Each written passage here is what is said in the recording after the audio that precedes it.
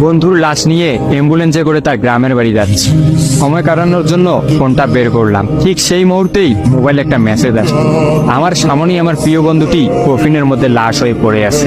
Message করেছে আমার সেই মৃত ফ্রেন্ডের গার্লফ্রেন্ড অবন্তী। আমি মেসেজগুলো পড়া শুরু করলাম। ফাহাদ, আমাকে মাফ করে দিও।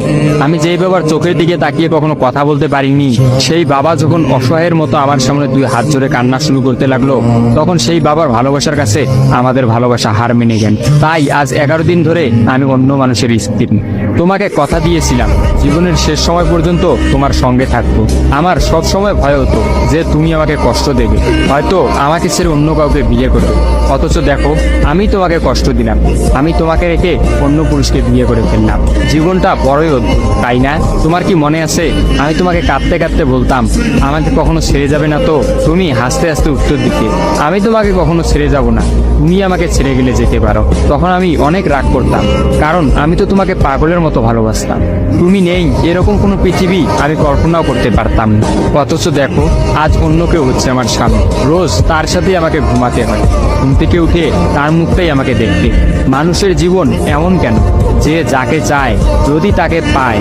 প্রকৃতির তাতে কি এমন আসে যায়? কেনই বা প্রকৃতি তাদেরকে কাঁদায়? হুট করেই সবকিছু হয়ে গেছিল, তাই আমি ইচ্ছে করেই তোমার সাথে যোগাযোগ বন্ধ করতেই আমার নাম্বারটা বন্ধ করলাম। বিয়ের দিন ভাইয়ের ফোন হাতে নিয়ে আমার ফেসবুক আইডিটাও ডিলিট করে দিলাম। তুমি অনেক কষ্ট পেয়েছো আমি জানি, যার সঙ্গে সারা জীবন কাটাবো ভেবেছিলাম তাকেই শেষমেশ কষ্ট দিলাম।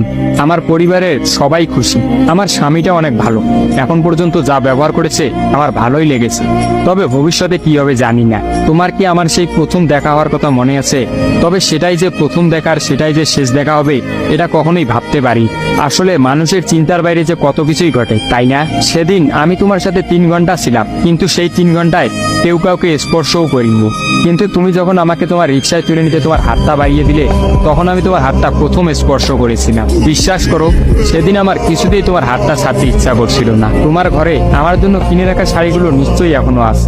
আচ্ছা, আমি তো এখন আর তোমার নই, ওই শাড়িগুলোকে আমি পাবো? তোমার তো যখনই কোনো শাড়ি পছন্দ হতো তুমি কিনে রেখে দিতে, আমি বলতাম বিয়ের পর সবগুলো একসঙ্গে নেব।